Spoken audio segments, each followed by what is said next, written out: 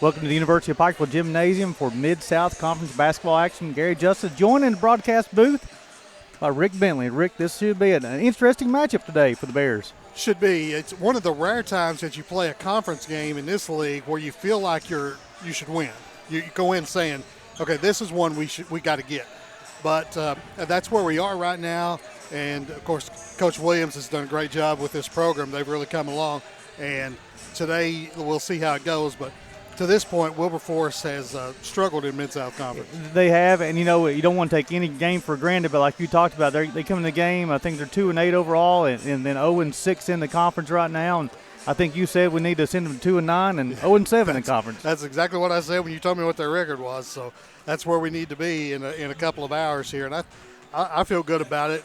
This team's healthy. Gary, it's unfortunate when you schedule in a league, you can't help it, it's going to happen, that we play on the day that finals start and right in the middle of finals. It's an unfortunate situation. It'll be that way for somebody somewhere along the way. I don't think there's probably a lot of somebody's, just to be honest. But I think we're going to be okay. Today will be a good respite for this team to get their minds off of the books and the studies and focus on basketball. And, Rick, you make a good point there, too, because a lot of people, you tune in, you see these athletes performing at a high level and that sort of thing. And sometimes people forget their students, and they have a lot of stress in the classroom. And you mentioned Thursday, first day of finals, they traveled to Thomas More to play. Played the number one team in the country. Yes, sir. And we're down to the last possession as well. It sure did. They played really well up there. And here's the other thing about this group. There's a huge portion of this basketball team here, Gary. Their majors are the sciences, biology, chemistry, biomed, those sorts of things. So, they take this seriously. It's the real deal for them. But today will be a day that they can get their minds off of it, hopefully, and go from there. I know, Gary, as a student athlete, you probably dealt with this in the spring semester. Baseball season going on. Right. Maybe you're through, but maybe you're not. By the time we get to final exams, and so it's a problem. It's a necessary evil. It's something that these student athletes are comfortable with. They know what to expect. They're used to it, but it's still an unfortunate situation. But it's one of those things too. Like when you talk about being a college athlete, and I always talk to the students when they have an opportunity to come through the admissions office. I'm talking with them. I say anytime they're interviewing and somebody says, "Hey, tell me something you accomplished in life." Hey, I played a collegiate sport. Yes. Well, what does that mean? Well, I had to time management.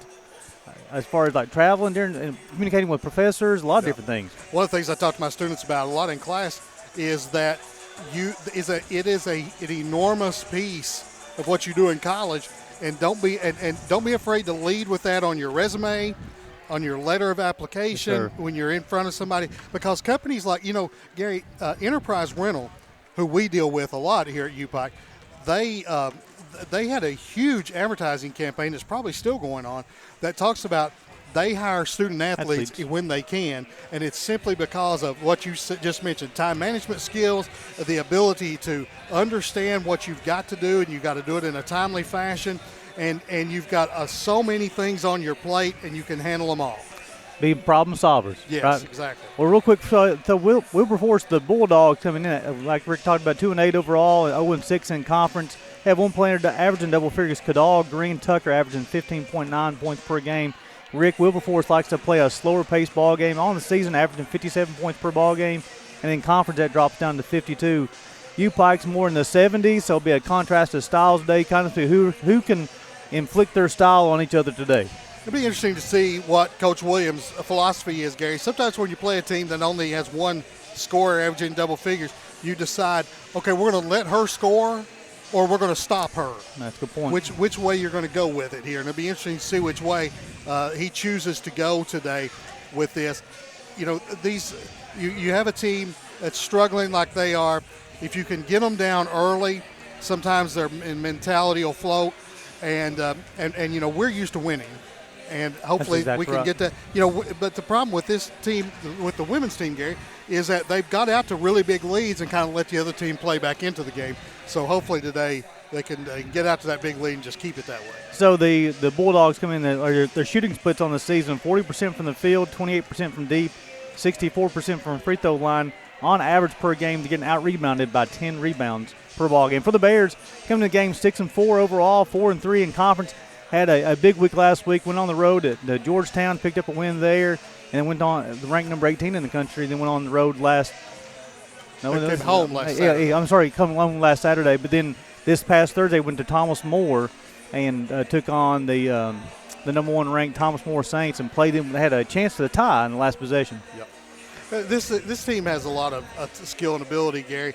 And, you know, when you look at Morgan Stamper and you say, Morgan, they get out rebounded by 10 boards a game, her eyes have to light up, don't they? He has to. So the Bears, very balanced offensively. 4 players averaging double figures, led by Mary English, 13 points per ball game. And Allie Stone just right outside that double figures per ball game at 9.7. A couple of highlights there. Bailey Frazier shooting 40% from deep, 17 made threes. Allie Stone, 16 made threes on the season, 42%. And then the freshman, Katie Colopy, along with Allie Stone being a freshman, 35% from deep as well. The Bears, on average, out-rebounding their opponents by 5 boards per ball game. And you talked about Morgan Stamper, the walking double-double, 10 points per ball game, and also 10 rebounds per ball game. Yeah, I was talking to one of the men's officials a couple of weeks ago. We had a doubleheader down at the arena, and he said, man, your women are small. I said, yeah, but we got one average about 15 boards a game, so she kind of makes up for it.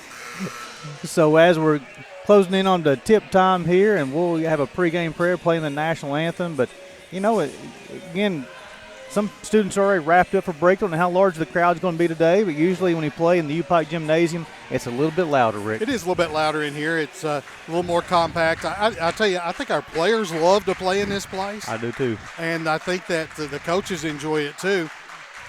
You know, it's got some work that needs to be done to it, but at the same time, you know, it's a great alternative to have here, right? It's close to campus, walking distance, especially a lot of history in this gymnasium as well, Rick. Yeah, I parked today for this game. I parked in the same parking spot I park at every day for work. I love it. I just walk over, you know, it's no big deal. I tell you what, let's send it back to the station for a break. You're watching Bears basketball on the U-Pike Sports Network, presented by Appalachian Wireless.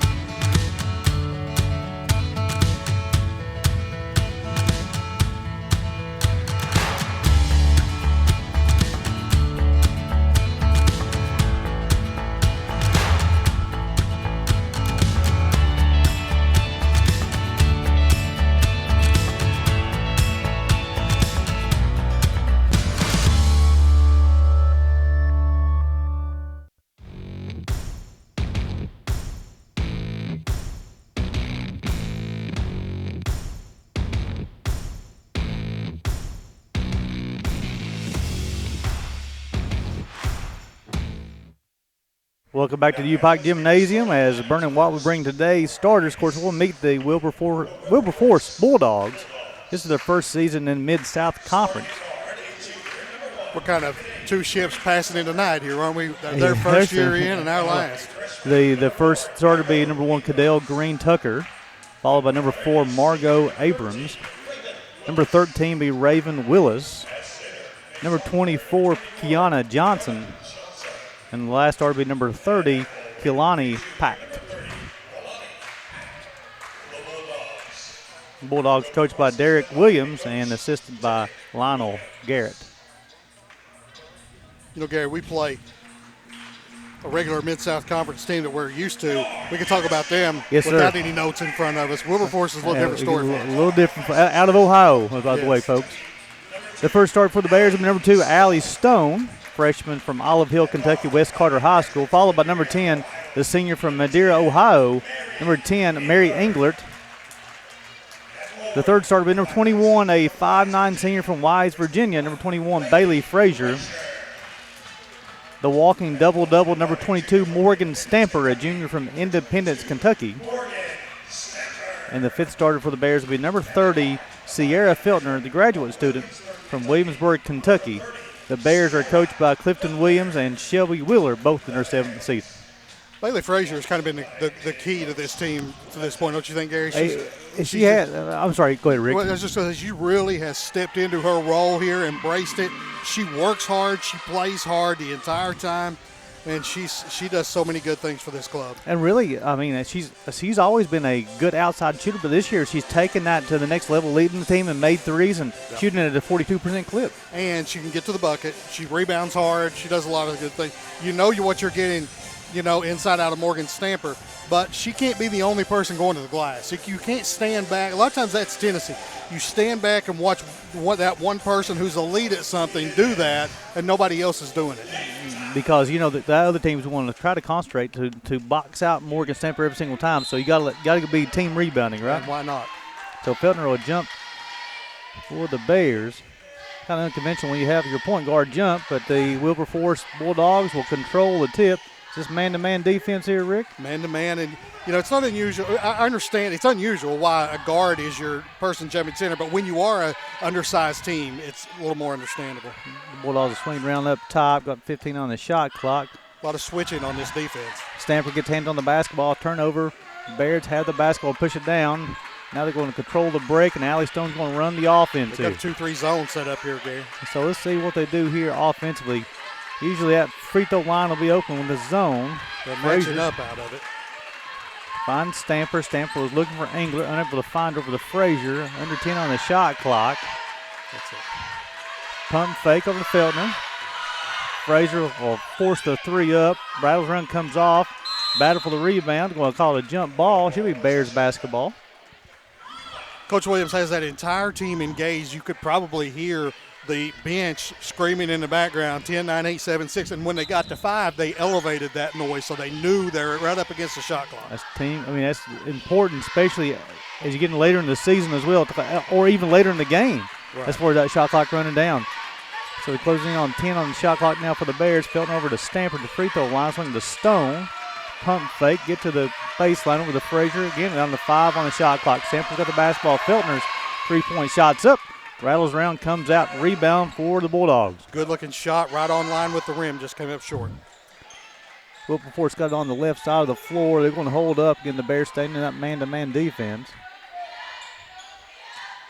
Again, they only averaging 52 points per ball game in conference, so a slow pace, Rick, is something they're used to playing.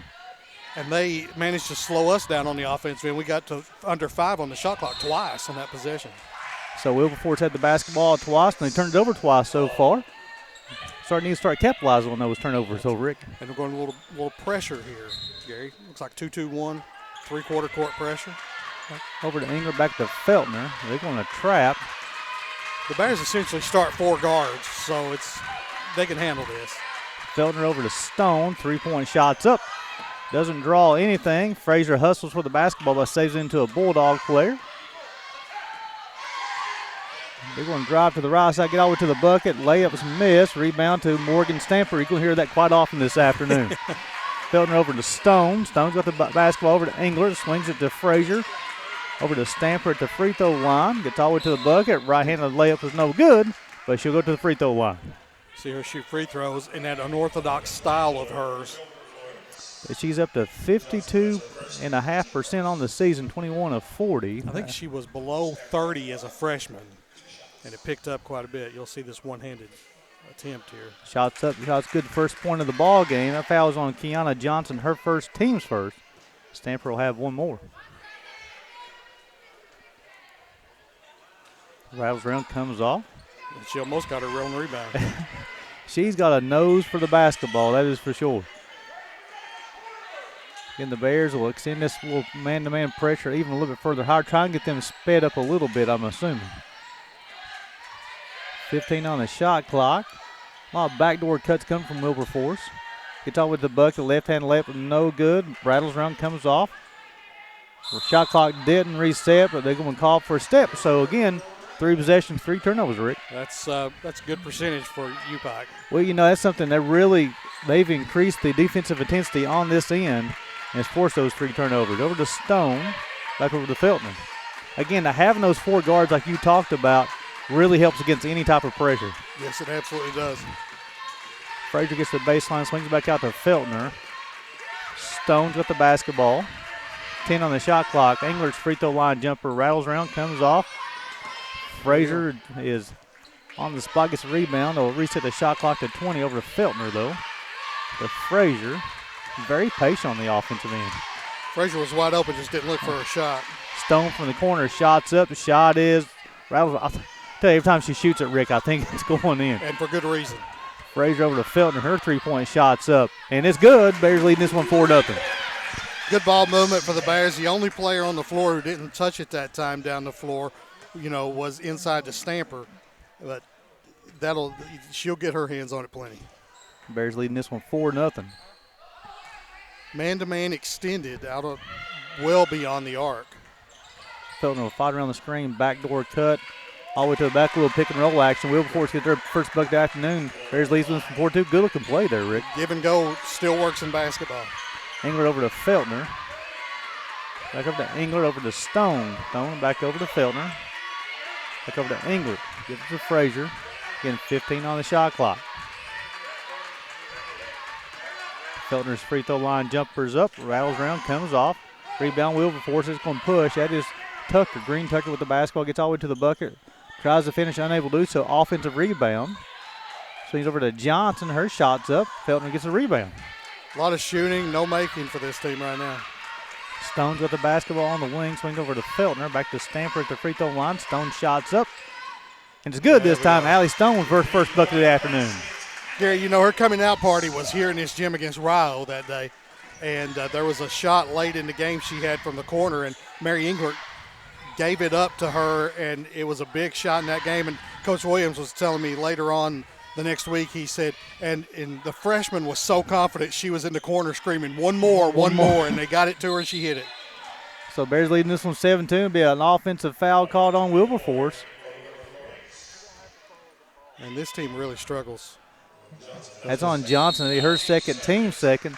So with 5:03 to go in the first quarter of play, Bears lead this one 7-2. You're watching Bears basketball on the UPike Sports Network, presented by Appalachian Wireless.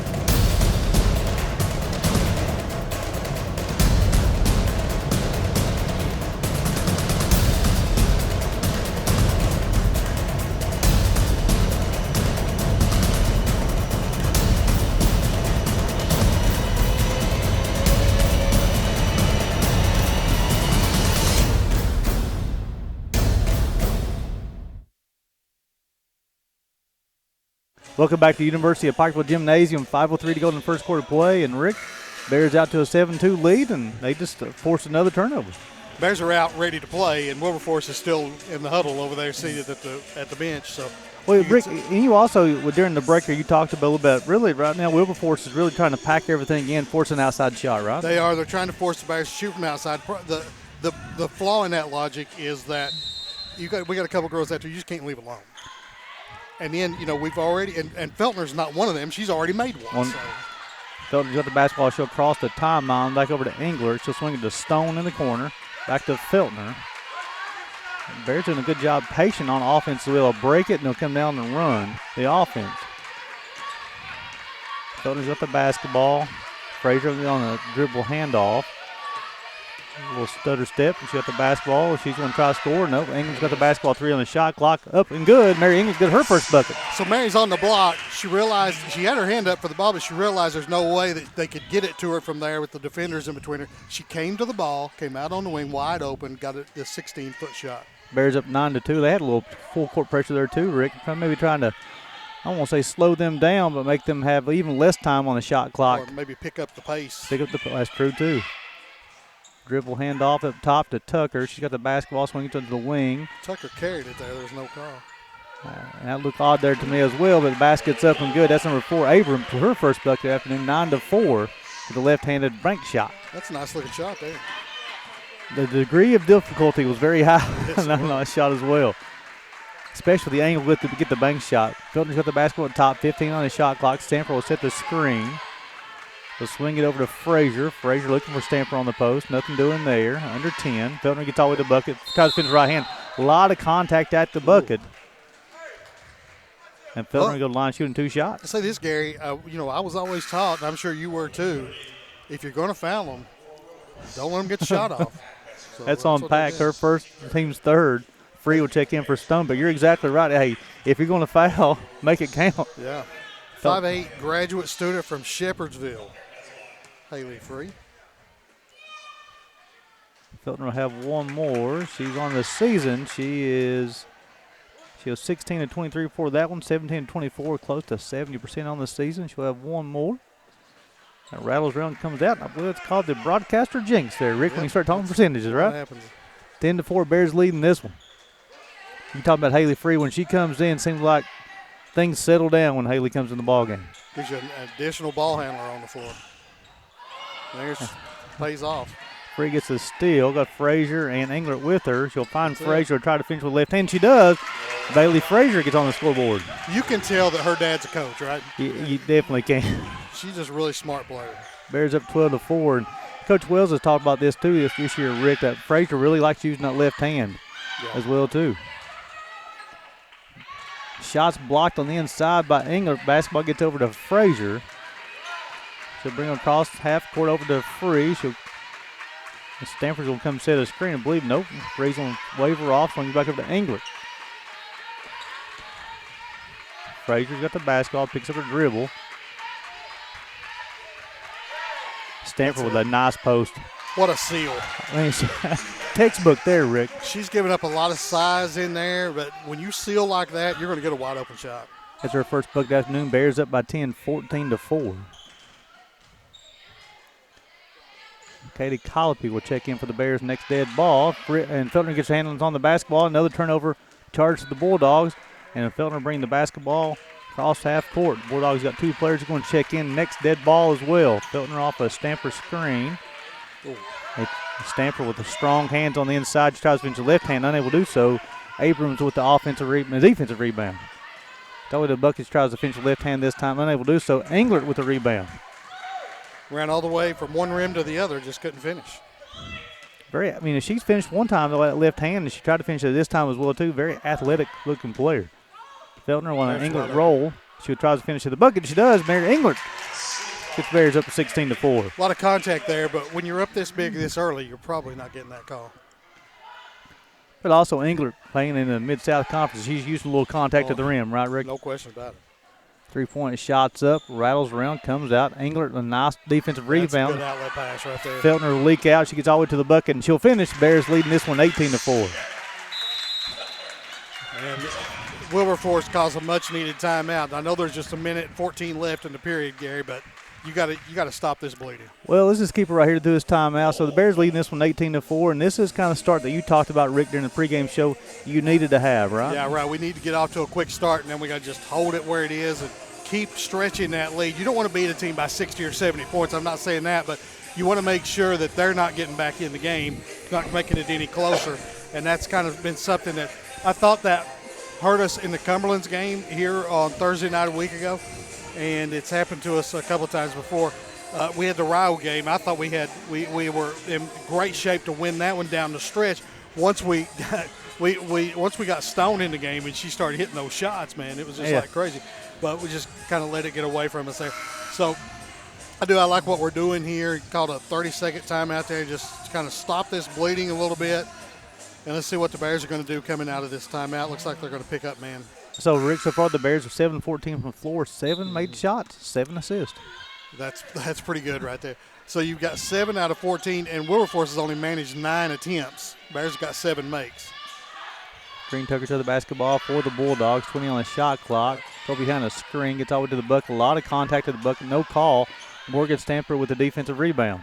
And again, if you're not used to playing in the Mid-South Conference like Wilberforce is not, you're probably expecting a foul right there. You're not getting that call in this league. Not in this league, that's for sure. Stamper picks up her dribble.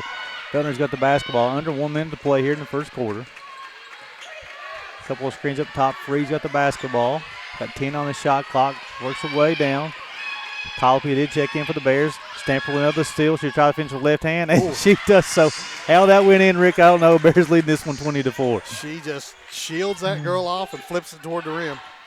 Bears continue to pick up full court. Green Tucker got the basketball over to a teammate. She gets all the way to the bucket. Tried to finish with right hand. Unable to do so. Bailey Frazier, 18 seconds going to play. I mean, the game clock, probably a last second. 1 shot left, right, Rick? Yeah, I think so. Freeze up the basketball. Couple of dribbles. Picks it up, though. Cross-court pass to Frazier. 3-point shots up. Ooh. Back of the rim. She'll hustle, get the offensive rebound now. She'll try to finish. And as the first quarter buzzer goes off, and I think they may be calling charge on Frazier. I think they are, too. Yep, that's what they're calling. Yeah, it'll be Frazier's first, team's first. I believe that was the right call, too, Rick. I think it probably was, too. And only 1 foul. The only foul of the period on the Bears. So they're calling for. Wait a minute. They call for the players to come back out. I'm not sure. They're going to put time on the clock? Why would you put 2 or 3/10 of a second on the clock going 94 feet? And just to inbound the basketball. Yeah. That's all you're going to do. You got to have 3/10 to get a shot off. And it couldn't have been much more than that. No. It was right. It was kind of the contact was made. They're going to put 1 second on. 1 second. Yeah, I'm sure this is a process thing. It's not the officials' rule. This is what they're just going to blow by the process. But again, in this situation, it doesn't. They don't want their assigner to see this video and them let that go. Exactly. So the Bulldogs will inbound the basketball, and that will end the first quarter. The Bears leading this one 20-4. We'll send it back to the station for a break. You're watching Bears basketball on the UPike Sports Network, presented by Appalachian Wireless.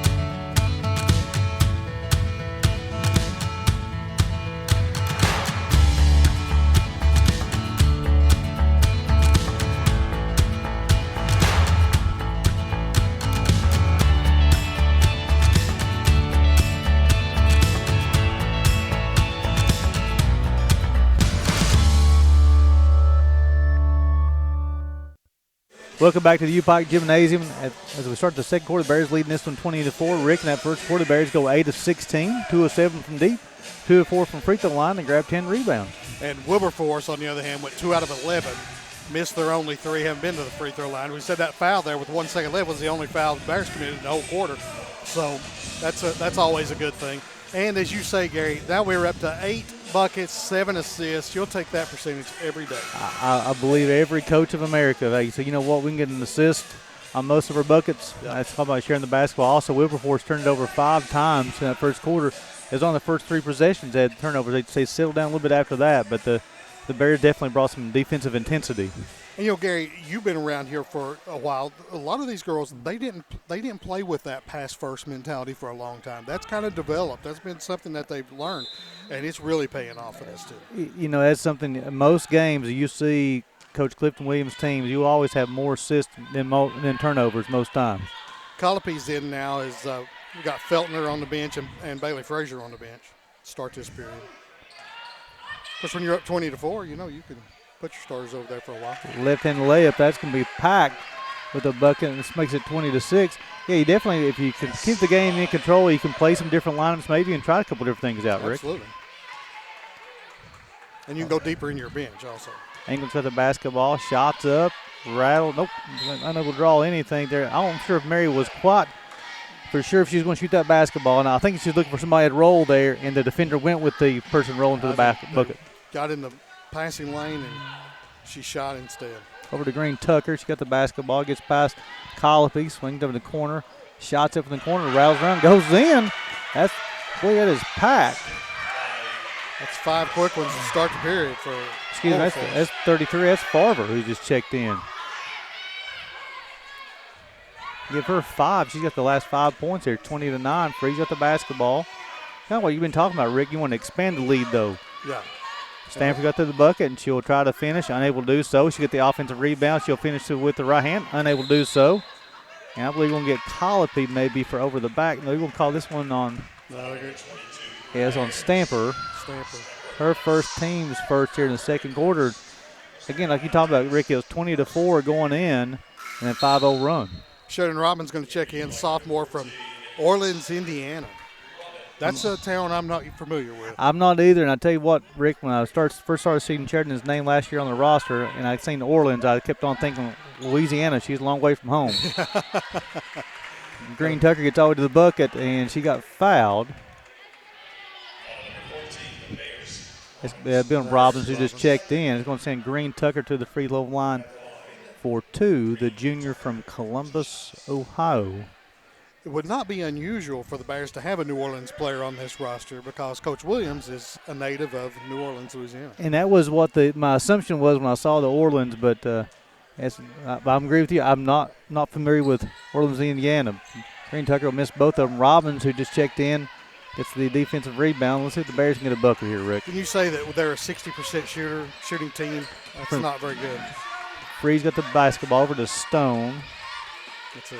Got a little mismatch there. Farver trying to go guard Stone out there. Stone 3-point shots up, and it's good. Allie Stone. And I tell you what, she is pure out there. Give her her second 3-point make of the afternoon. Give her 6. Bears it by 14. Free guarding up top there. Now you got Colopy extending her defense a little too. Ingram back off. Stone.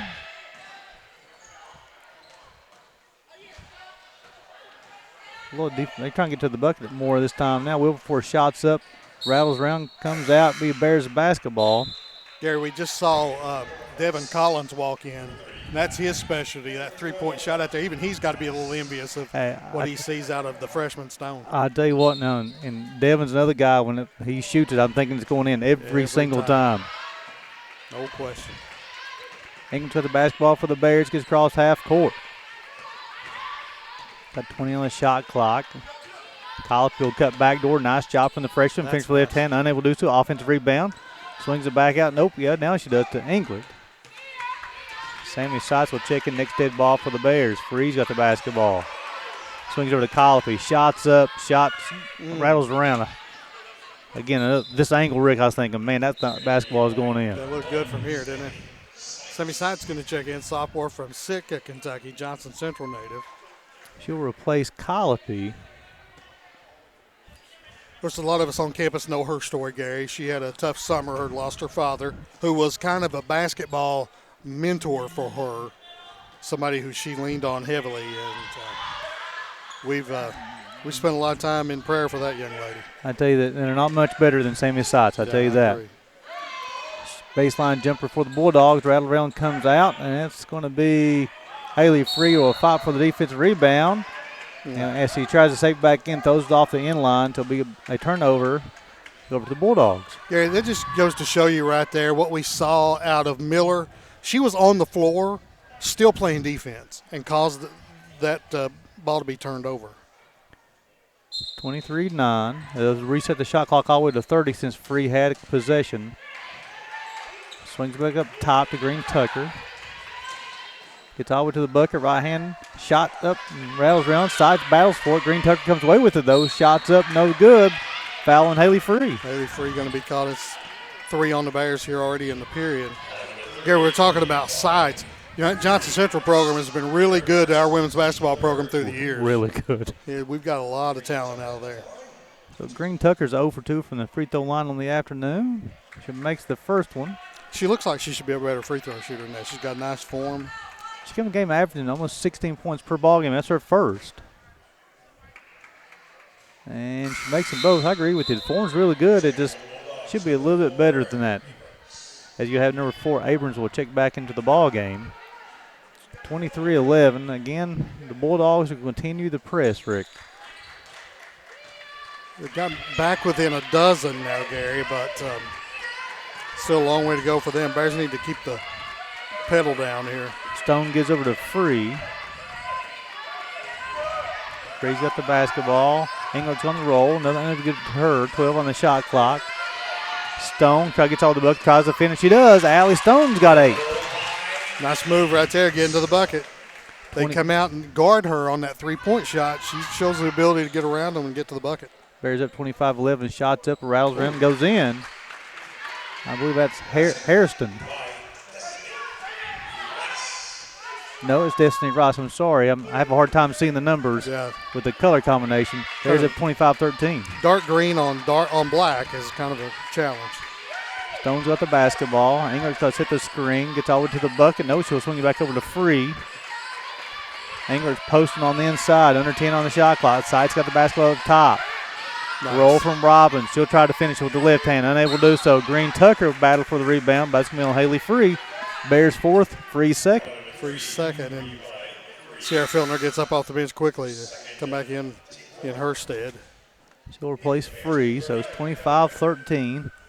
Bears put up 20 in that first quarter, and we've played almost halfway through the second quarter. We've only scored 5. You can't take a break. Wilberforce will make you pay for that. Rice has got the basketball here for the Bulldogs. Been guarded by Stone. Swinging on the side, it's Abrams with the basketball. Rice again working with Stone. Against Stone, excuse me.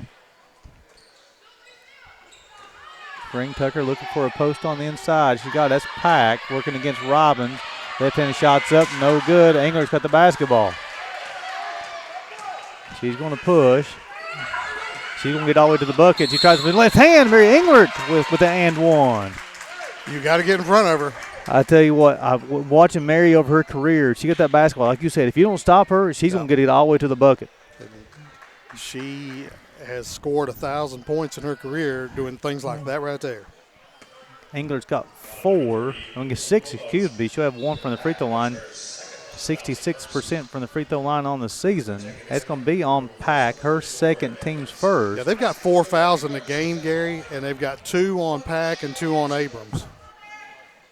That's on Edwards. Edwards is checked in for the Bulldogs. Engler will have 1 more. I'm sorry, it's Johnson and Pack, not Abrams. So give her 7. Oh. Bears up by 15. Green Tucker gets all the way to the bucket, tried to finish right hand, unable to do so. I'll tell you what, Green Tucker is quick. She is. She knows how to get to the bucket, too. Felton's got the basketball. Comes across half court. Thankfully, she's struggling finishing when she gets to the bucket. Robbins got the basketball. The sides up top. Bears content to run a little offense here. Felton goes with the basketball. Step back. 8 on the shot clock. Sides from the corner. Shots up. Rattles in. Comes out. And the Bulldogs unable to corral the rebound. It'll be Bears basketball. Saw the advanced leadership by Feltner there. She was pinned. She could not get to the rebound, so she did not try to jump over somebody's back. She just stood her ground and let it go. It's a lot of experience on that court, right, yep, Rick? Exactly. So with 4:27 to go in the second quarter, the Bears leading this one 28-13. Let's send it back to the station for a break. You're watching Bears basketball on the UPike Sports Network, presented by Appalachian Wireless.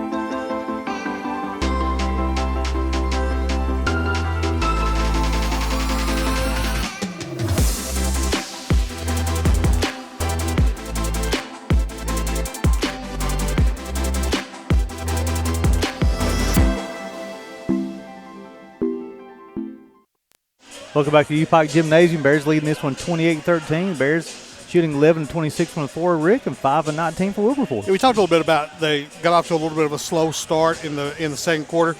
But the biggest lead of the game's been 16. It's 15 now, so it's not been that slow a start.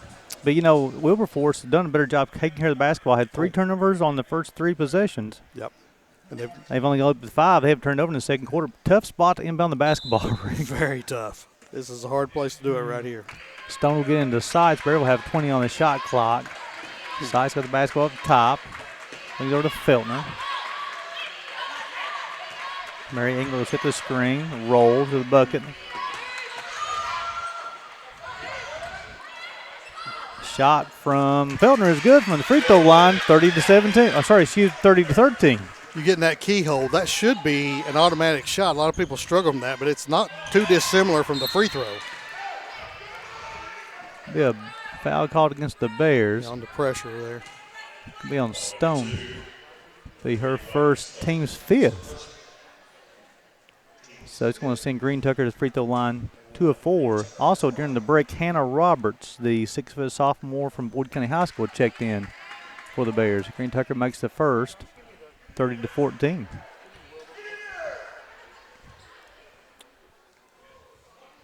Tell you what, Wilberforce's coaches are extremely vocal too. They work it. They work it. Oh. It's going to be a jump ball, I believe, off the missed rebound on the missed free throw. It is. It was to be Bears basketball. Here, Bailey Frazier will return to the lineup, and she will replace, I believe this is Engler. You know, Coach Williams, Coach Wheeler does such a good job of keeping players fresh, running people in and out. Yeah, unless there's a foul situation, they pretty much know the substitution pattern they're going to use. Roberts over to Stone. Let's say Roberts and Stones played a little basketball against each other. Woodtown, and that was a solid screen there from Roberts as well, too. Frazier got the basketball over to Feltner. She's going to take it to the bucket baseline. She does. Nice pump fake. Roberts' three-point shot's up. Rattles around, comes out. Feltner tried to get the offense rebound, unable to do so. That's Abrams to come away with it for the Bulldogs. Green Tucker tries to finish with the right hand, and she does this time, 30-16. Kind of flipped it up and got the lucky bounce that time. That's her first field goal, but she has 5 points. Closing on 3 minutes in the second quarter. Feltner will try to return the favor. Gets all the way to the bucket, and she's going to get fouled. She didn't get it up and high enough off the glass that time to get it to bounce in. That's going to be on Edwards. That's going to be one on her. Her first, team second, like you talked about. Feltner was 2 of 2, I believe, from the free throw. No, 1 for 2. I gave her the broadcast jinx last time. Yeah. I give it to her once again. I won't be quiet now, Rick. This one should go. 30-16. Bears up by 14. Rattles run comes out. Sights battling for it. Knocks out away from Pack. That'll be Bulldogs basketball. So Feltner's 1 for 4 from the free throw line right now. And she can't let that get in her head. That's true. She's got to keep playing, focusing on everything else she's doing out there for this team. That's easier said than done, though, isn't it, Rick? Yes, it is. It's like you strike out that first at bat, you get 2 strikes on you the next time. It's hard not to have that mentality. Rice got the basketball working against Feltner. Gets the basketball over to Pack. That's Farver, excuse me. Or to make it so you can understand it, if you walk that first batter and you're at a 3-ball count. Green Tucker gets all the way to the bucket. She'll finish at 30-18. She's got 7. Not that you ever had that experience, Gary. I know better than that. No, Rick, I've had my share of walks. I promise you that. They've come at the wrong time in the ball game as well. 30-18. Backdoor cut from Bailey Frazier. She'll find Sammy Sights. 3-point shots up. Rattles around, comes out. Edwards with the rebound. Gets over to Green Tucker, gets all the way to the bucket, tries to finish. Unable to do so, but they're going to think, I believe we're going to get Roberts. Roberts was out of bounds and starting to get back in bounds. That call was so late. It was definitely waiting to see if the ball went in or not. They really were. That'll be Roberts first. And now we'll send Green Tucker to the free throw line for 2. She's 3 of 6 on the afternoon. She's played all 18 minutes of the ball game so far. Willis just returned for Wilberforce, number 13. Green Tucker will make the first. Makes it 30-19. Gets her up to 8 points on the afternoon. Makes the second one as well. And Abby Atkins will check in for the first time for the Bears. Sophomore from Sandy Hook, Kentucky. I tell you what, Rick, she's when she comes in, she brings a different energy level to the ball game. Sandy Hook, Kentucky is best known as the hometown of Keith Whitley. Keith Whitley. Over to Atkins. She'll swing it back over to Frazier, over to Stone. With the basketball. Bears got a lot of 16th region players on the roster. Sure do. Felton's got the basketball, swinging to Stone. 3-point shots up. Good. Can't leave her, Rick. What are you doing? You know? Somebody missed the scout, that's for sure. Somebody did. 33-20. I think Stone's up to double figure CSU got 11. Is that pressure causing turnover?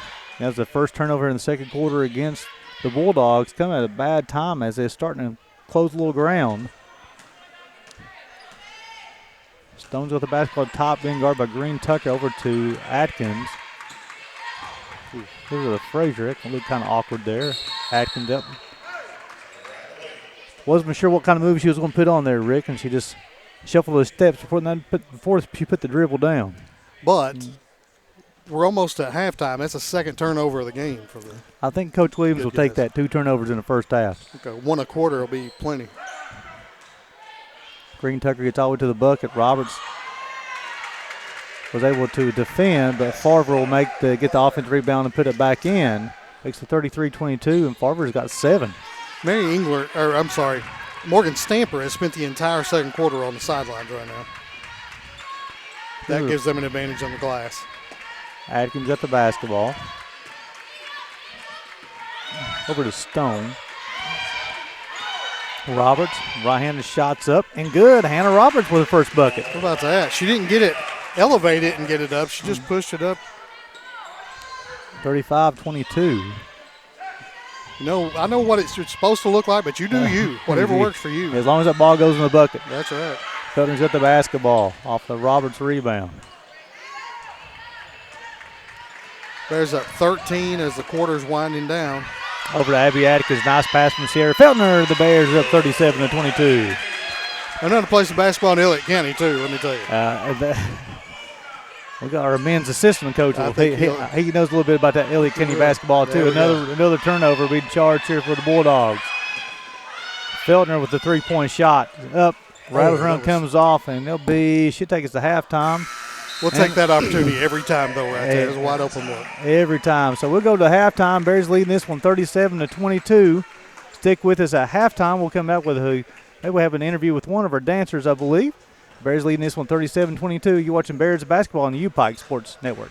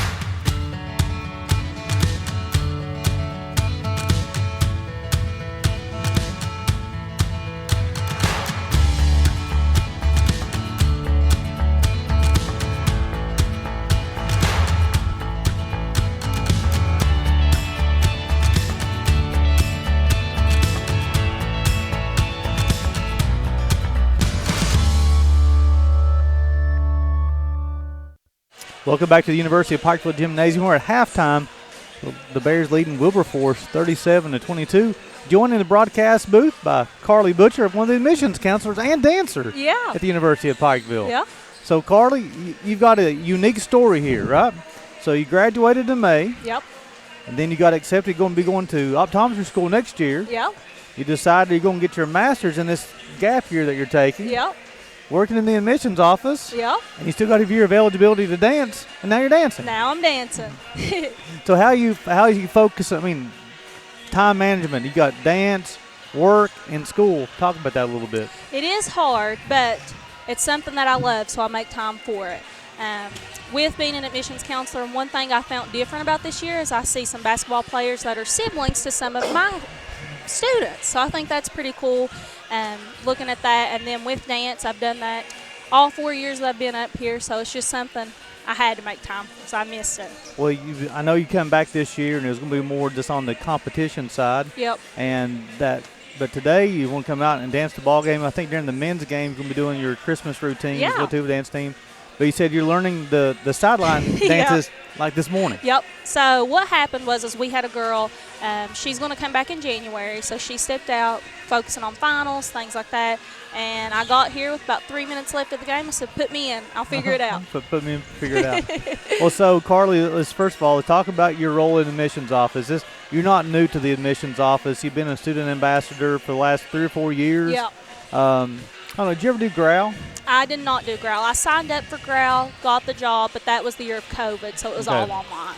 So you've been a student ambassador, so you're used to giving tours to families and students, and then it was a home run hire when it come to get an opportunity to say, I want to work for a year, and we had a job come open. So tell us about your experience so far, the admissions counselor, on the counselor side. Yeah, so one thing a little bit different is with being a admissions student ambassador, they're already coming to campus. So being a counselor, you have to bring these kids to campus. So I found that being the biggest difference.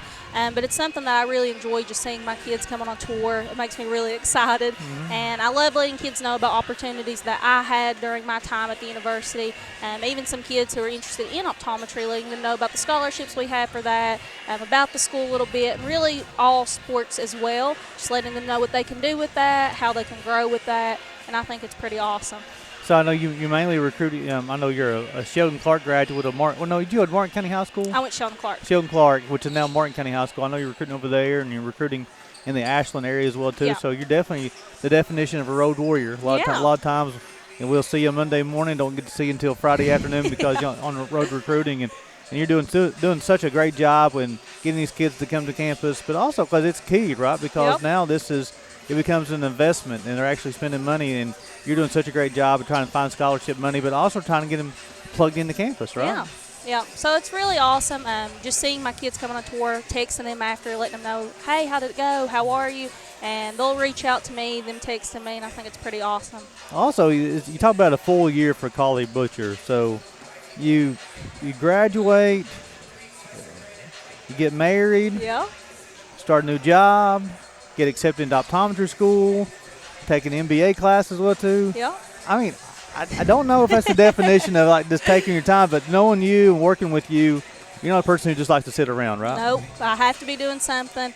I don't like to not be doing anything, not being involved. I love to be involved with everything, especially with campus. And joining the dance team again, that's just another way I can get back involved. Well, for the folks at home that's watching in, so Carly and I get to work with each other, and we talk about the UPike Sports Network. It's something I was going to try to get you to come to broadcast a ball game with me too in volleyball. And he's like, well, Gary, I don't have anything. I don't even have any knowledge about volleyball. So what was going to be? You and Morgan was going to come to broadcast a ball game. Yep.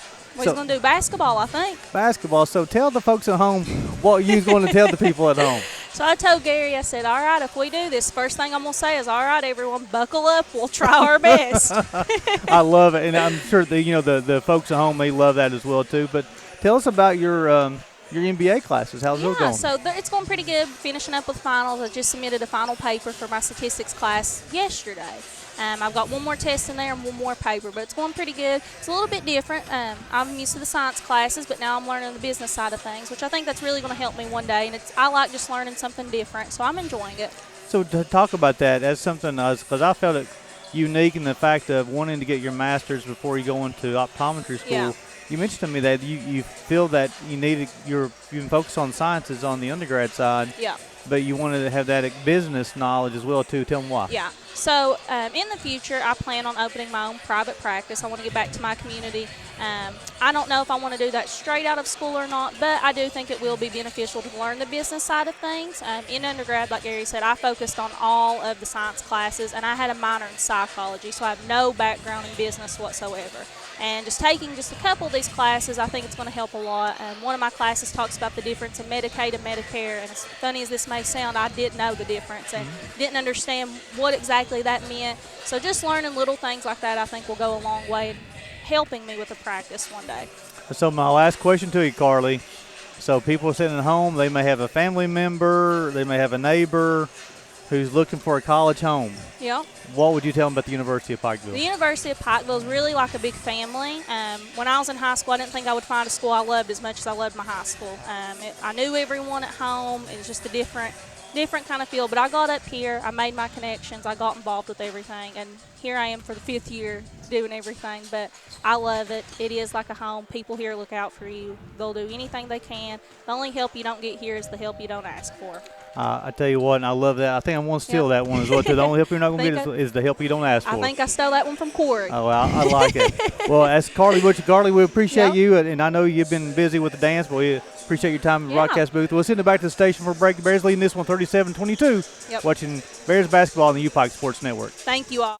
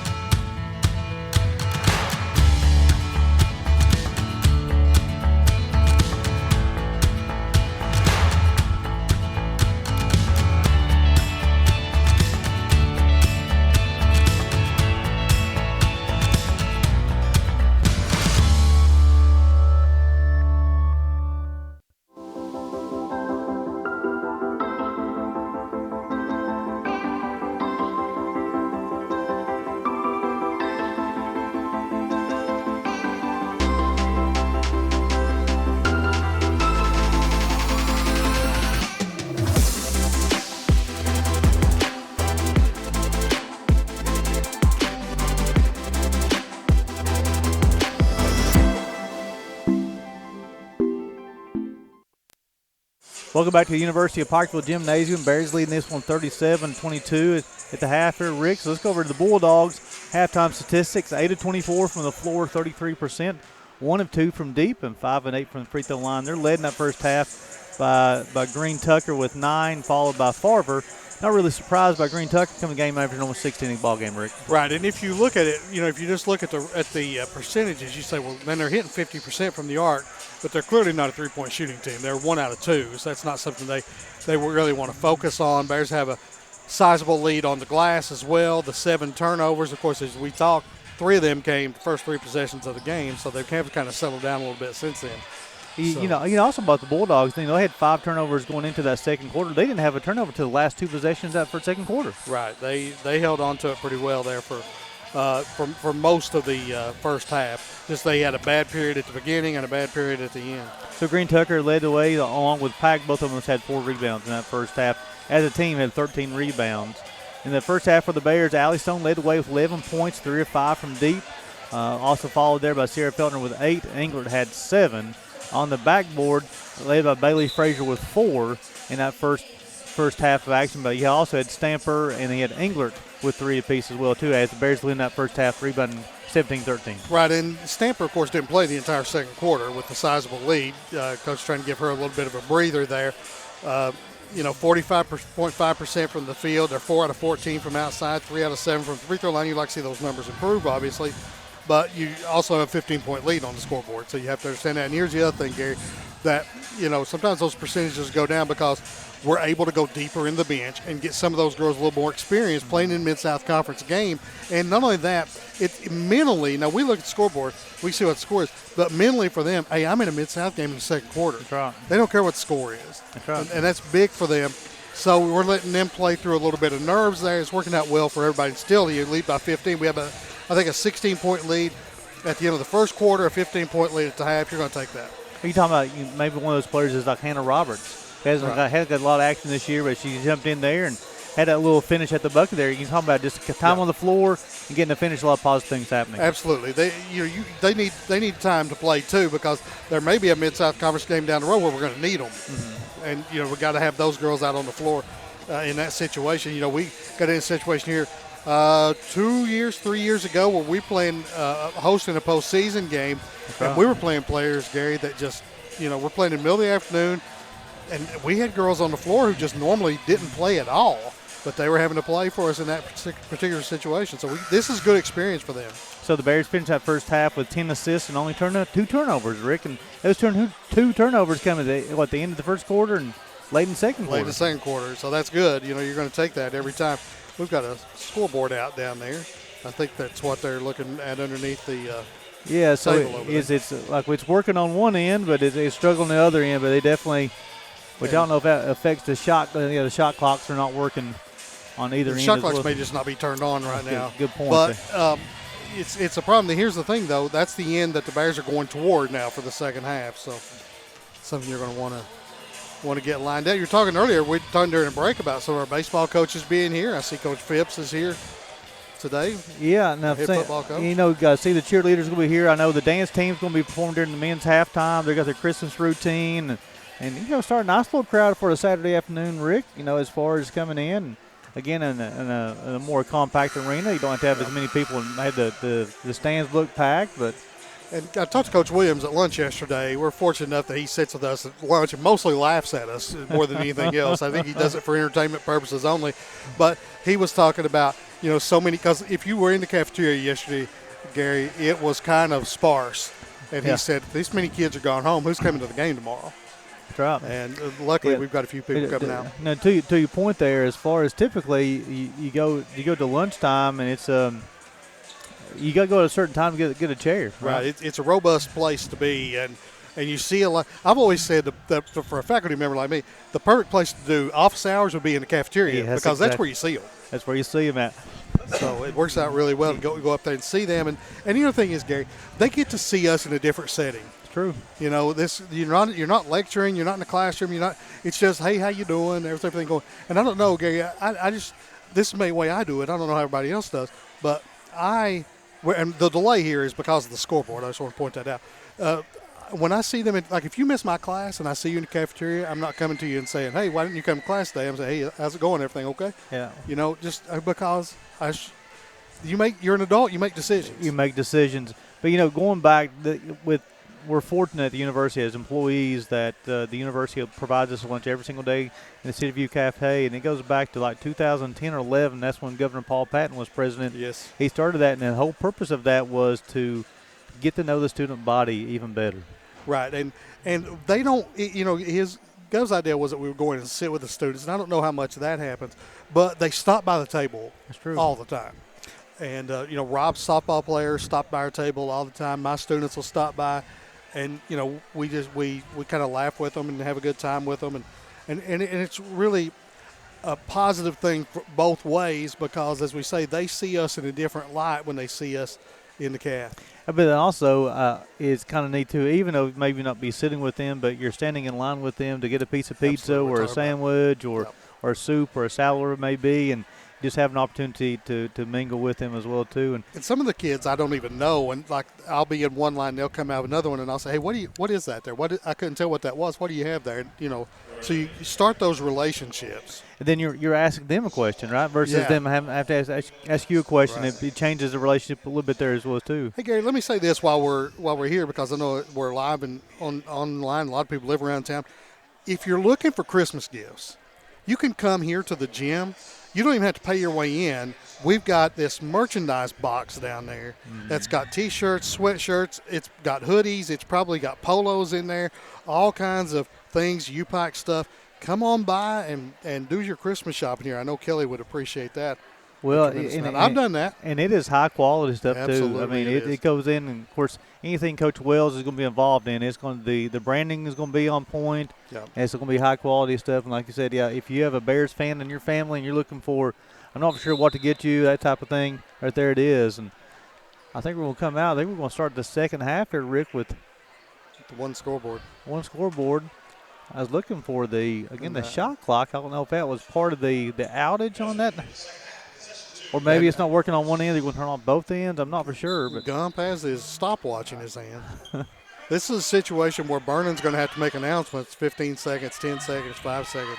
So we begin second half of action. The starters back on the floor for the Bears. Green Tucker to the basketball up top for the Bulldogs over to Abrams. Been guarded by Stone. He gets inside. The shot's up by Johnson. Rolls around, comes out. Felton gets the defensive rebound. Bears need to start strong here, Rick. Like you're talking about, expand that lead if they can. Absolutely. Feltner got the basketball. Johnson will switch over. Stamper roll to the bucket. Swings it over to Frazier. Three-point shots up. Good, Bailey Frazier. Good-looking play, Rick. That was a great-looking play. And Morgan Stamper knew exactly where to look to find her teammate. For those wondering what's going on in the arena right now, we just had to put Brady Schmidt into action over there to help out with this stuff where we got some outages right now. We're going to get things lined out here, though. So that's Frazier. She has 5 on the afternoon. Ingram gets out with the bucket. She finishes with the left hand. The Bears are leading this one 43-22. No, 42-22. We've got to get if you're a kid out there watching this, you've got to learn how to shoot with your offhand. Nice block from Bailey Frazier. Green Tucker got to the bucket, but Bailey Frazier rejects her at the bucket. So we're up to an 18-point lead. Is that right, Gary? 20-point lead now? 20-point lead Biggest right lead now. of the game. So we have stretched it out a little bit. 5 quick points. Woodall checked in for the Bulldogs. Yeah, good start in the second half for the Bears. Shots up, rolls around, comes out. Stamper with the defensive rebound. Felton got the basketball. Looking on the cut. English got the 3-point shots up. Rattles around, comes out. Stamper with the offensive rebound, kind of tiptoes on the baseline. Ooh. And she just maybe got a toe on that baseline. It'll be Bulldog basketball. Ingrid missed the shot, but you're going to take that every time. She was wide open out there. So the only thing that shot didn't do is go through the net. That's I mean, exactly it hit every part of that rim. 4 out of 7. That was her first 3-point try of the game. Abrams over to Woodall. Green Tucker tries to the bucket. She does. Stops. Ball rolls around, goes in. She's a scorer, you can tell. She's a quality player. You know, Morgan Stamper got a hand on that. She still managed to get it and get the shot up. Green Tucker's not the tallest player out there, but she's not intimidated to get to the bucket. England's got the basketball, tries to finish left hand, unable to do so. Abrams with the defensive rebound for the Bulldogs. Nice cut by Woodall. Pass stolen by Morgan Stamper. Ooh. That should have been a foul right there. Yeah, there's a lot of contact on that one. Bailey Frazier got the basketball up top over to Englert. Englert over to Stone. Stone shots up. Rattles around, comes off. Offensive rebound. Morgan Stamper, and she finishes at the bucket. Give her 7 points on the afternoon. 7 points, 4 rebounds, 5 rebounds now. Bears up by 20, 44-24. Englert will be called for the foul. Be her first, team's first here in the third period. I think we're checking breakers, we're checking fuses, we're checking everything right now to see. And it's so awkward where it's just one side of the floor, so I'm sure you're right. It's going to be a breaker or something like it as well. And if you're wondering why we're struggling with the score, there's a speaker between us and our side of the scoreboards. We can't see how many points we've got. Turn over there as we have a travel on Wilberforce. As Willis, who was forced into the travel. 9 turnovers now against Wilberforce, so they're starting to mount a little bit. They average 19.5 per game during conference action. Stone being guarded by Green Tucker. Hands over to Englert. Swings it over to Frazier.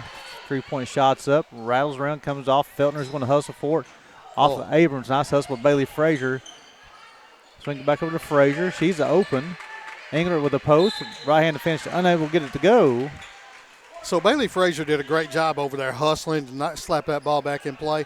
But still, it goes the other way if Sierra Feltner doesn't hustle over there and put herself in position to be there to catch that ball. Englert go to the line shooting 2 shots. This foul's on Woodall. Her first, team's first. Englert's first shot's up and good. 2 for 2 now from the line. She's in double figures, 10 points. All around game, 2 or 3 rebounds, 3 assists. I just noticed that as well. Englert's going to do a little bit of all. I mean, she averages 13 points per game to lead the team, but she does so. I mean, she could average more points, but she's such a team player. Yeah, absolutely. Oh, wow, there's a lot of contact there, no call. Packs out the basketball for the Bulldogs. Looking over to Green Tucker. She'll try to get to the bucket. She does. Ball's knocked out of her hand. I think it's Woodall. Shots up and good. It's Woodall's first bucket of the afternoon. Green Tucker knows her role on this team. She gets it, she goes to the rim. You know, she's looking to dish and she'll look to score as well. 46-26. Feltner will be on Green Tucker. Be her first. That'll be the team's second. So the Bears were triggered in bounds.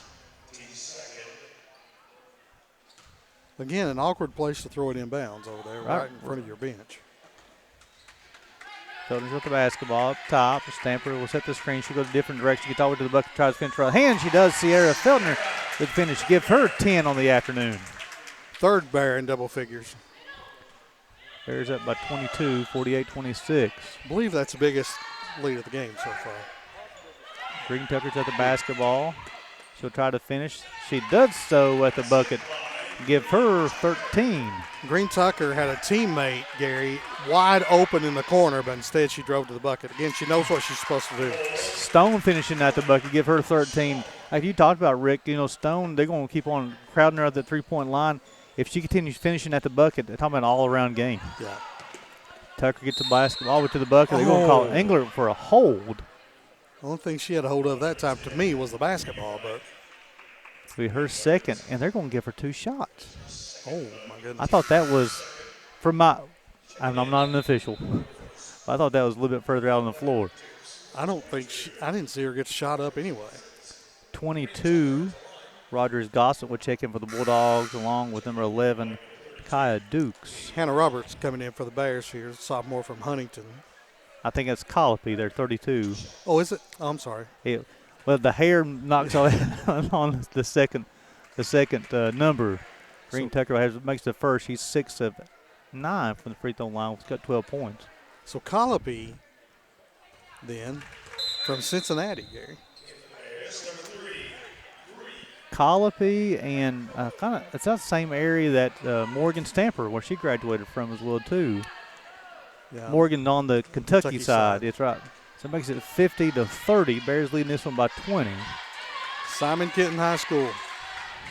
Troy McKinley for UNI. Swings Took over to them to a Stone. state championship. Oh. Colopy tried to finish the bucket, unable to do so. Morgan Stamper with the offensive rebound. She'll try to finish, unable to do so. Feltner got a hand on it, but Green Tucker's at the basketball.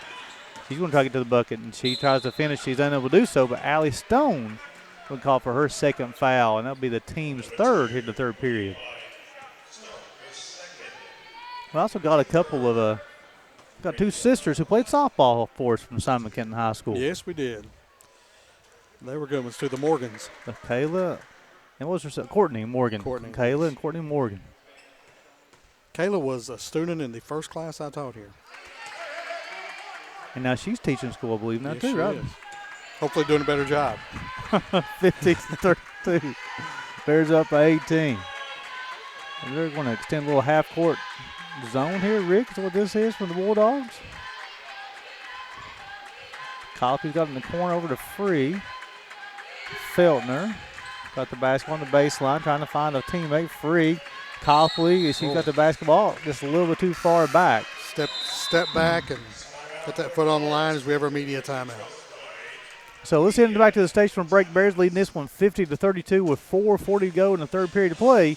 Watching Bears basketball on the UPike Sports Network, presented by Appalachian Wireless.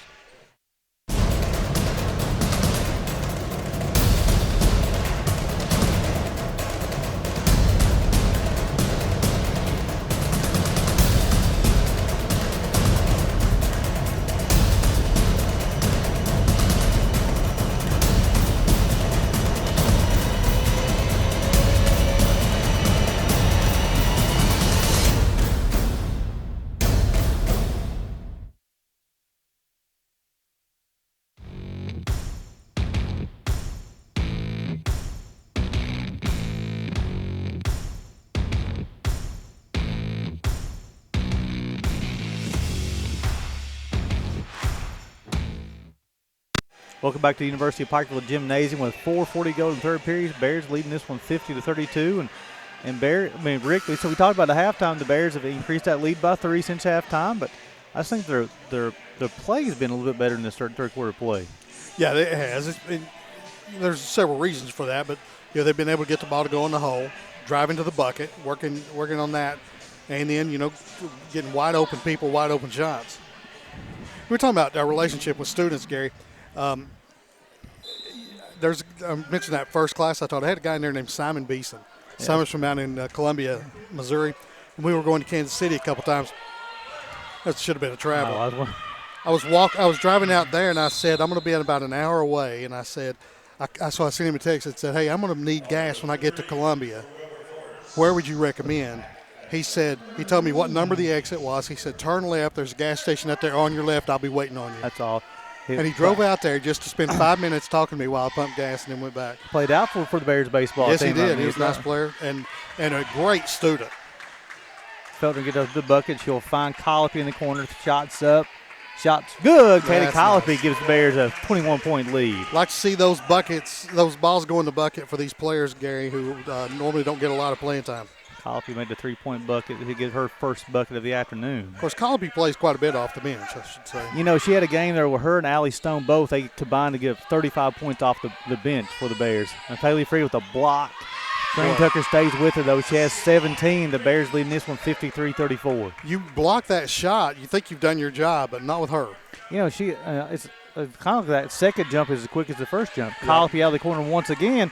Rattles around, comes out. Rebound comes down to the Bulldogs. Roger Zagasi got the basketball, gets all the way to the bucket. Ball's blocked. One thing I don't agree about basketball these days, Gary, she got about top of the key and just tucked that ball and like she's a running back. And to me, that's a travel. That's a travel. And now we got that scoreboard's lighting up down there. They're figured something out, that's for sure.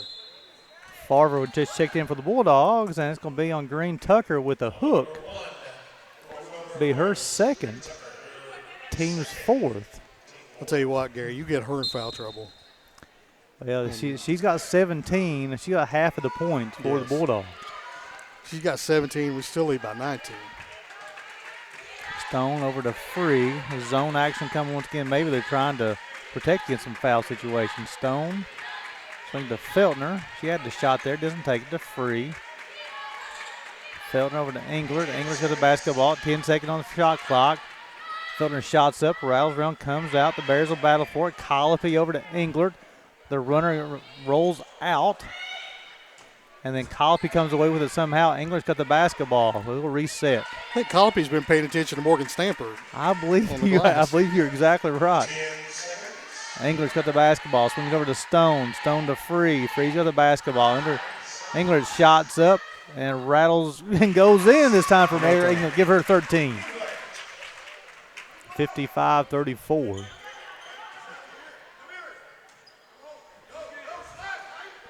Green Tucker's going to work against this trap for the Bears. Gets over to Rogers Gossett. And there you go. That's what that trap does for you. Engler, nice save. A nice left-handed pass to Feltner.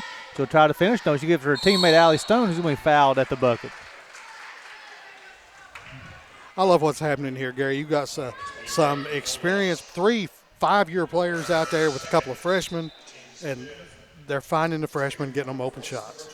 It's on Woodall, be her second, team's fifth. That's going to send Stone to the line to shoot 2 shots, her first trip. And I'm not going to mention to you what her free throw percentage is on the season. It's sizable, though, I'm going to guess. She makes the first. I'll tell you guys after the second free throw. Leads 22 now. Gives her 14. To my memory, that's the biggest it's been. That's her first miss of the season from the free throw line. So you can't blame you this time. Not this time. Rogers Gossett got the basketball over to Rice. She's got the basketball looking at Green Tucker. Gets all the way to the bucket, tries to spin right hand, give her 19. Man. Now, about Stone, Gary, she hadn't missed a free throw until that. She probably hasn't shot a lot. But the more they come out and guard her and she drives around them and gets the bucket, the more those free throws are going to play in. So she's 14 of 15 on the season. Feltner's got the basketball. She'll try to get to the bucket. She'll try to finish. Nice shot, nice offensive rebound for Sierra Feltner. She's up to give her 12. Bears up 58-36. Coffee with a nice turnover. Engler, nice outlet pass to Feltner. Finishes at the bucket. Sarah Feltner's up to 14. Makes it a 60-36 lead. That was an impressive pass, too. Free jump in the passing lane. Knock it out of bounds, though. Yeah, this probably last 3 minutes, the Bears are really starting to take control of this ball game, I think Rick. so, too. And the other thing about a player like Green, she's been over at the waist now. She's got to be tired. She's carrying the load here offensively. She's got 19 of their 36. And she hasn't come out of the ball game. And she hasn't come out yet. And continuing to try and get to the bucket every single time, and even getting off, shot gets blocked, she can immediately come back up with a second jump. So 23 seconds to go on a shot clock. Going to be a timeout. Let's just keep it right here. Let's go over some stats here real quick, Rick. So for the Bulldogs, 13 to 31 from the floor, 41%, 1 and 2 from deep, 9 and 12 from the free throw line. Got 16 rebounds. They've turned it over 11 times. Now 9 out of 12 from free throw line is impressive. They've all come from one player. That's true. One player.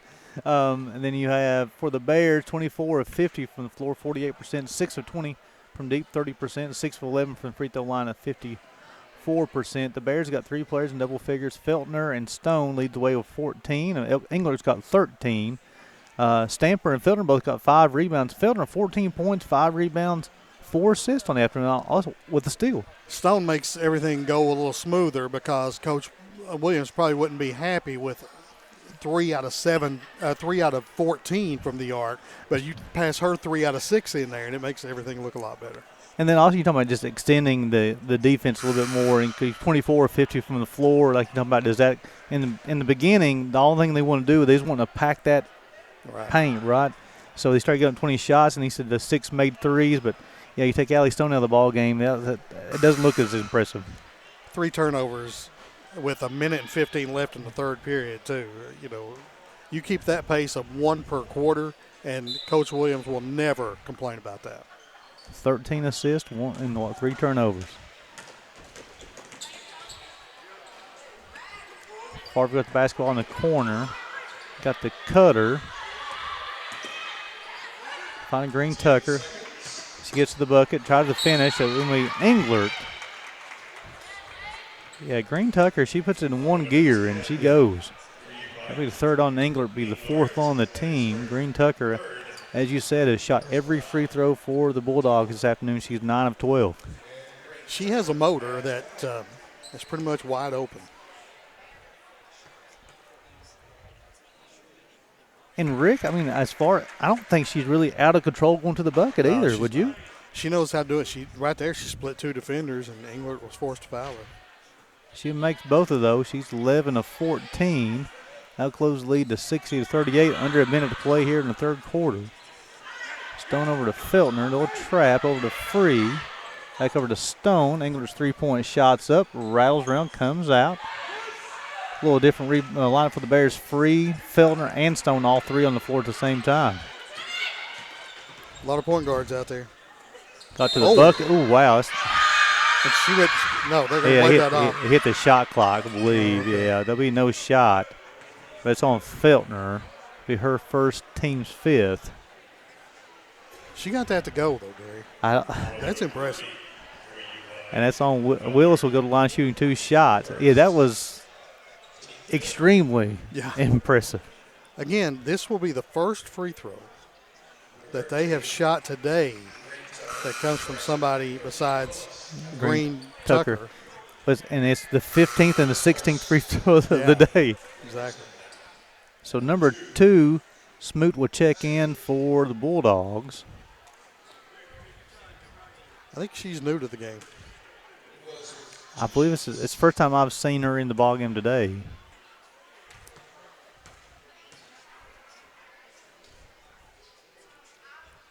First shot's up and is good.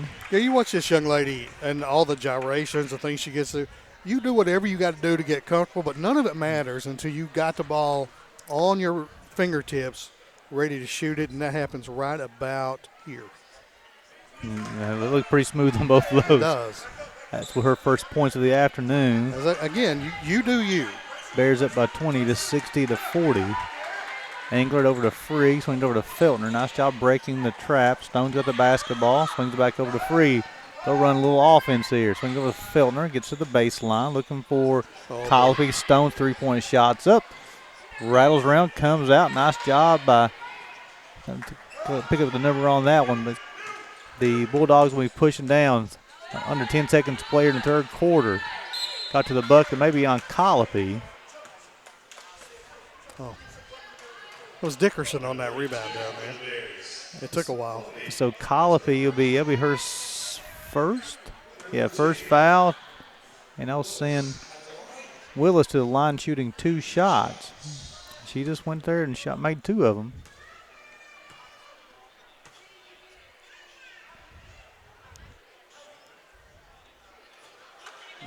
Misses the first one. One more to go. Again, the Bears leading this one 60 to 40 with 7 seconds to go here in the third period of play.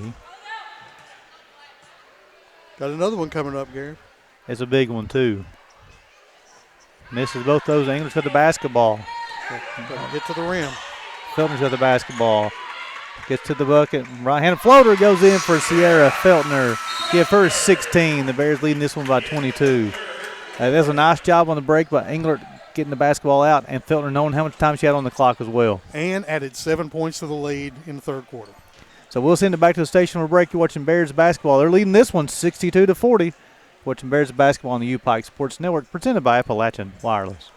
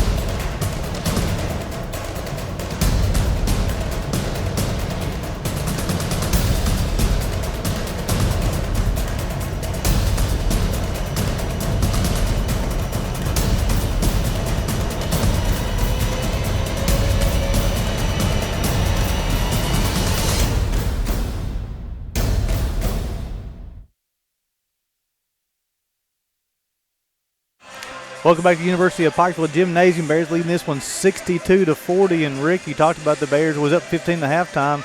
They extended that lead by 7 in that third quarter. Yeah, you're going to be good with that. Whatever happens here happens, but you just don't want that lead to shrink. For those wondering what happens during breaks, Gary and I talk baseball. I don't know what everybody else does, what you usually talk about with Kelly, but Yeah, Kelly's usually breaking down the zone, and we're talking baseball. Feltner inside to Stamper. Stamper's got the basketball. Gets all the way to the bucket. Left hand, and we'll get it finished. Haley Free with the offensive rebound. Bailey Frazier wide open from the top. And then we'll get it go. Morgan Stamper with another offensive rebound. She finishes this time. Gives Stamper 9 points. Wonder if Morgan will say something to Haley Free because she could have got that first rebound too, and Haley got it from her. But It's just amazing as you see Stamper walking around campus. You average almost 11 rebounds per ball game. Green Tucker gets a bucket. Haley Free with a block. Bears leading this one 64-40. there's another rebound, by the way, for Morgan Stamper. Free's got the basketball over to Allie Stone. Stone on a screen from Free. Right-handed floater's up, no good. Rebound down to the Bulldogs.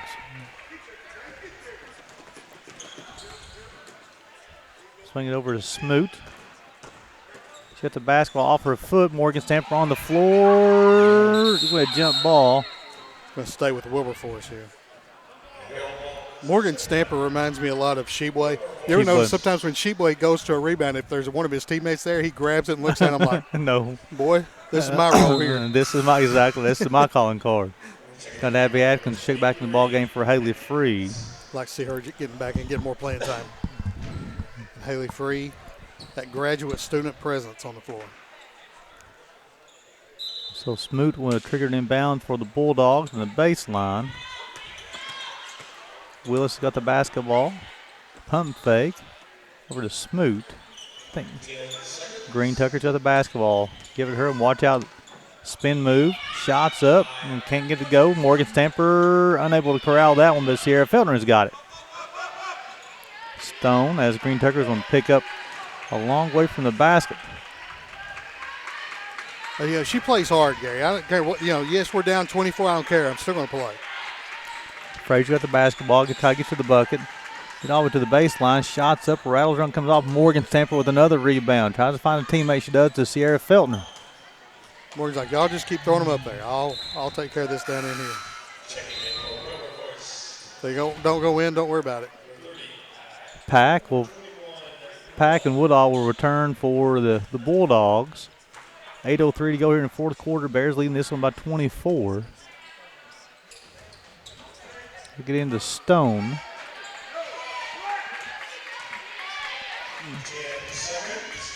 Number 10 on the shot clock. Feltner got all the way to the bucket and we'll finish. Morgan Stanford with another offensive rebound. And we got a scoreboard where we can see it now, Rick. We do, and that's 4 rebounds she's got. We've played 2 minutes and 9 seconds here in this quarter. She's got 4 boards already. That's And going to had one on her fingertips down here that she let get to Feltner. Duke's got her team's first from fourth period to play. Stamper will go to the free throw line. She's 1 of 2 in the afternoon. Her first quarter shots, I believe. Gets her double figures, and she's got that 9 rebound. That's her average, 10 points and 10 rebounds. I think Alec may need to stand down there and whatever he's holding. Just don't move. Yeah. Stamper makes them both. Give her 11. And the lead is 66-40.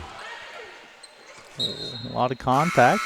A good no call, I believe. It's a good defensive position. The ball goes out of bounds, but the Bulldogs will keep possession. Ross will check back in for the Bulldogs. We just got a text up here. By the way, scoreboard's working again. Scoreboard's working again. Okay. Just in case you guys didn't know, the scoreboard's working. That thing with the lights on down there. Tell them what the score is. It's back. We appreciate it, though. I really do. I guess, that's the role of over-communication. It's better than no communication. That's right, exactly. I was going to say, that's the third text we've got about it since we had the situation at halftime. So they are keeping us informed up here. That's a good thing. I guess they're used to the boss being up here, too. So that's a good point.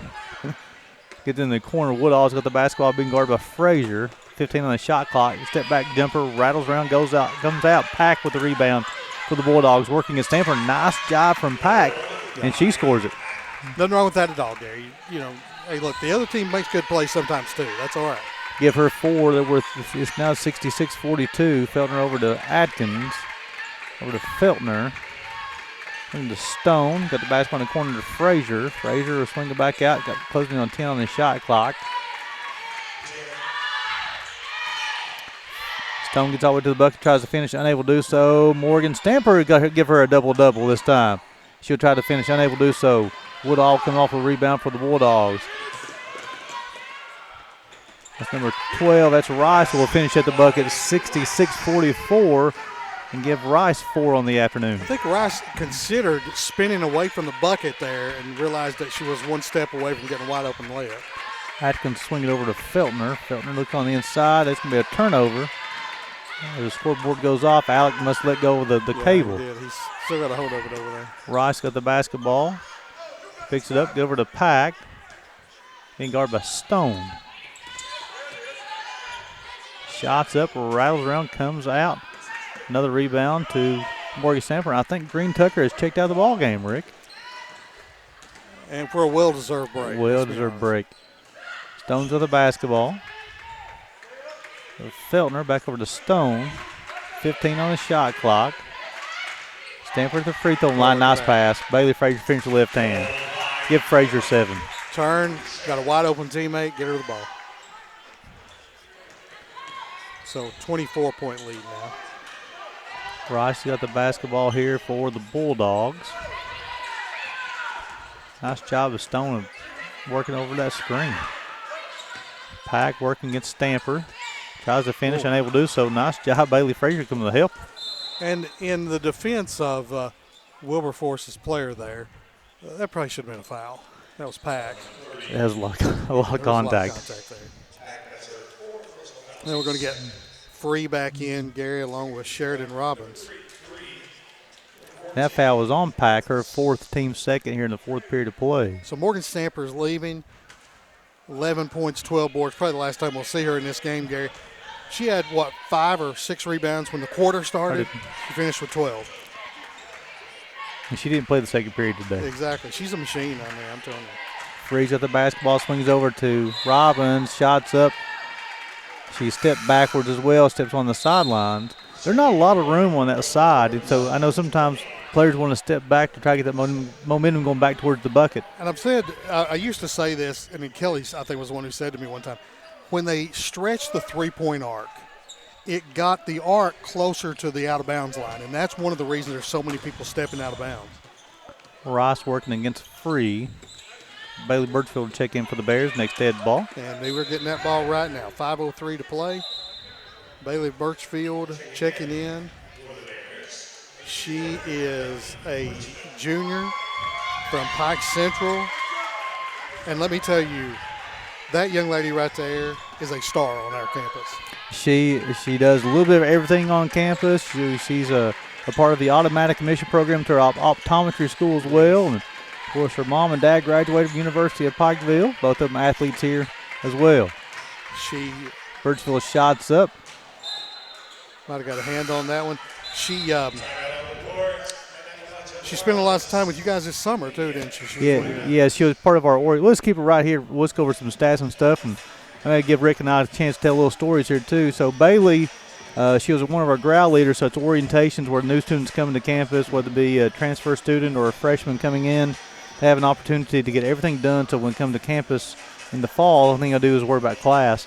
And Bailey's one of those student leaders for us, making sure that the parents knew where to go to and the students where to go to as well. Take people on tours, take them all around campus, show them maybe a residence hall if they want to see that. A lot of things they do. It's a great thing that you guys do here, Gary. And I know that was something you kind of inherited and kind of build on.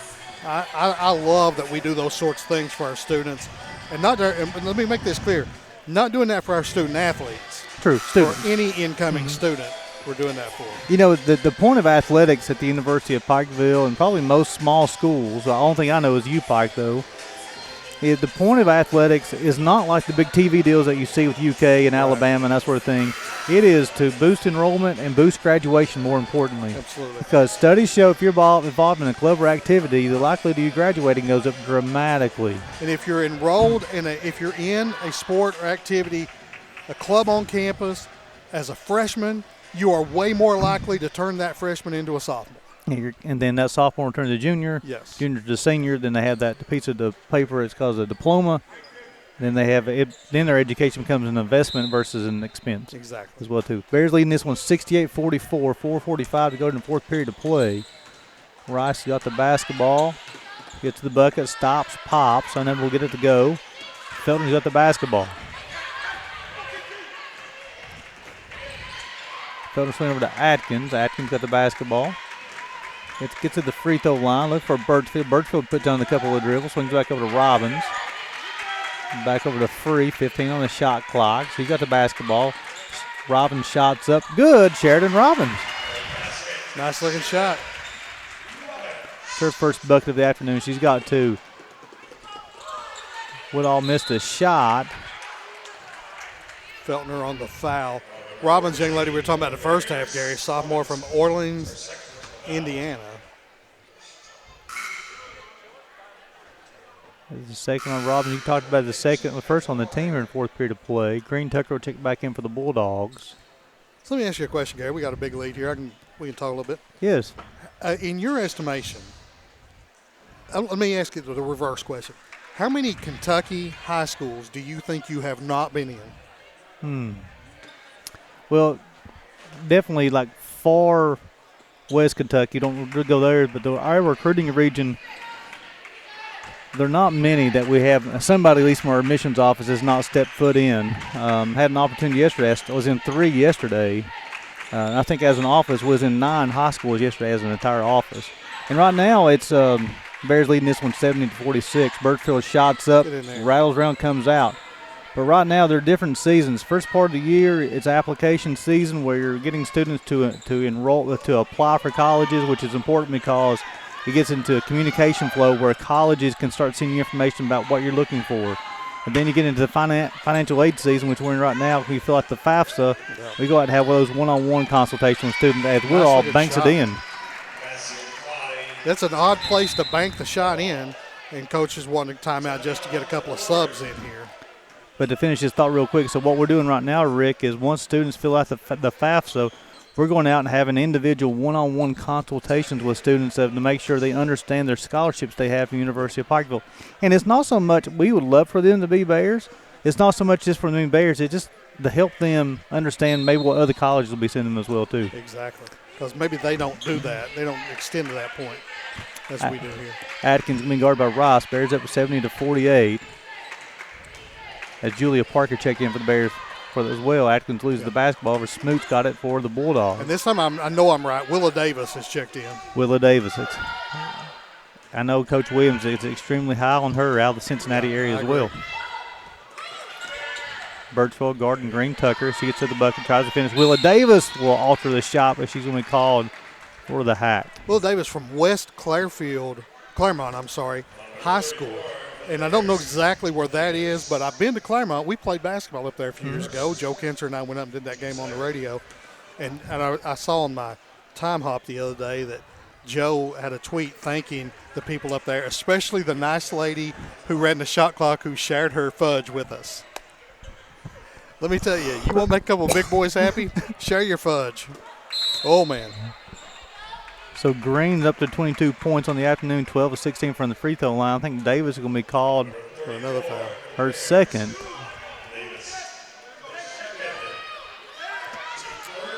So it's team's third, so the Green Tucker will inbound the basketball from the baseline. I know Coach Williams is talking about Willa just getting used to the physicality of the college game, and definitely very impressed with her improvement so far as she challenged that basketball there. Stepped out of bounds. But again, you just saw there, I mean, just a prime example of Willa challenging the shot, verticality, but then going after that basketball as well. They're still pressing here, Gary. They're down 21 points with 2:47 to play. They're being them, you know. They're playing here. Atkins bringing the basketball to the floor for the Bears, working off a Willa Davis screen. Atkins looking for Parker. No, we're going looking for Feltner now. Got 13 on the shot clock. Feltner's got the basketball. Been guarded by Smoot. 9 on the shot clock. Fadeaway jumper. Rattles around, comes out. Rebound down to the Bulldogs. That looked good from here, I'll tell you that much. Green Tucker being guarded by Atkins. Nice job of Parker on the defensive end. Smoot's got the basketball. Tries to finish right hand. Unable to do so. Julia Parker with the defensive rebound. Tell you what, Julia can shoot that basketball too if they got to get her feet set. 2 minutes to play here. Right on the averages, too, Rick. The Bears come in averaging 70 a game, and then Bulldogs averaging 52 a game. Finish that basketball, Willa. Nice. Smoot's going to be called for the foul. Davis will be at the free throw line. So let me tell you a little story about your usual radio partner up here. We talk about the physicality of the game. His first year at the school, we kept telling him when league play starts, man, it is brutal. It's just unbelievable. He's like, okay, yeah, whatever. Well, it was the first week you had the option. You're playing one game. You had the option. Do you play on Thursday or you play on Saturday? And we were playing West Virginia Tech.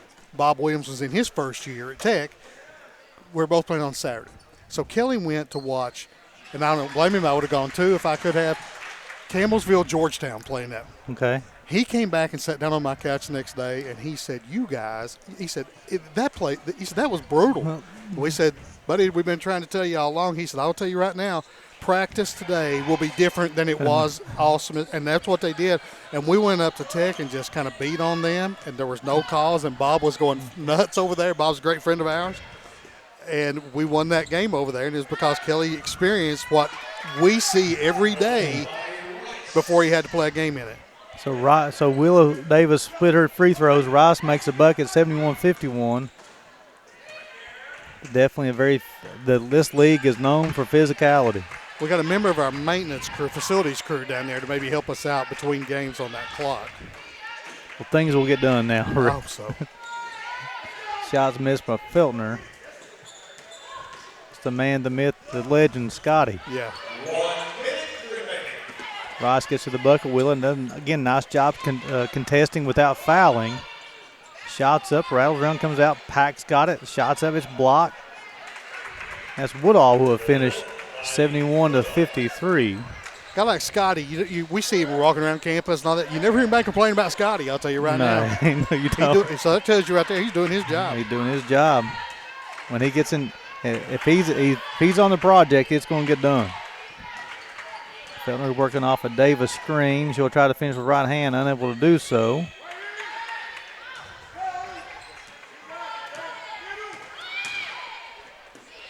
Green Tucker get to the bucket. She'll finish. She'll have 24. And the Bears don't have to shoot again if they just run the clock out. Again, down 16 under a minute. They're still pressing. That's BU. That's what you talked about. You play the way you play. Remember the time that Kentucky went out in Patino's first year and got beat 150-95 at Kansas, and Coach Williams said, "Coach, are you going to stop pressing?" He said, "No, that's what I'm doing." And it was embarrassing that day, but we won a couple years later. We're in Final Four. Because he wanted those players to play, let's say, from tip to the final whistle, and the Bears will win this one. So move to 7-4 on the season. 5-3 in the conference. Wilberforce moved to 2-9, 0-7 in conference. So, Rick, so what some initial thoughts here after the ball game? The players on our team did their job. They played their role. Nobody tried to do anything they're not able to do. You never will see Morgan Stamper out shooting three-point shots. True. You see Bailey Frazier all over the floor. That's what we saw today. We saw Mary Englert doing her thing. The entire team did what they do. Sierra Feltner was 16 points to lead this club. So we have 4 players wind up in double figures. And it was just everybody did what everybody does. And it pays off in a situation like this with a 16-point win. So the Bulldogs go 19-48 from the floor, 39%, 1 of 2 from deep. So that was 1 of 2 from deep at the halftime. Yeah, you don't see college basketball teams taking 2 3-point shots anymore. And then 16-21 from the free throw line, 76%. They come in the game only shooting 64%. That's something they can, I won't say hang your hat on free throw shooting, but that's big. They got the right person at the line most of those shots. Yeah, Green Tucker goes 12 of 15, 15 to the 21 free throws. They ended up having pulling down 30 rebounds, turned it over 13 times. The Bears go 28 of 68, 41%, 6 of 24 from deep, 25%, 9 of 15 from the free throw line. Out rebounded the Bulldogs 36-30. And the Bears had 15 assists and only turned over 6 times. A lot of those come a little later in the ball game, but Rick, that's even with the 6 turnovers, that's a pretty good day. You'll take that. Let me point this out to you. We're talking about Wilberforce as a team taking 2 3-point shots. Bears had 6 different players take at least 2 3-point shots in this game. It's a different way of playing the game of basketball, right? So I tell you what, folks, we've got about 19 minutes to the tip of the men's game. Stay with us as Brick and I'll be bringing that ball game as well too. We'll send it back to the station for a few breaks, and then we'll come back to you, have a little pregame show for the previewing the men's ball game. You're watching Bears Basketball on the U Pike Sports Network, presented by Appalachian Wireless.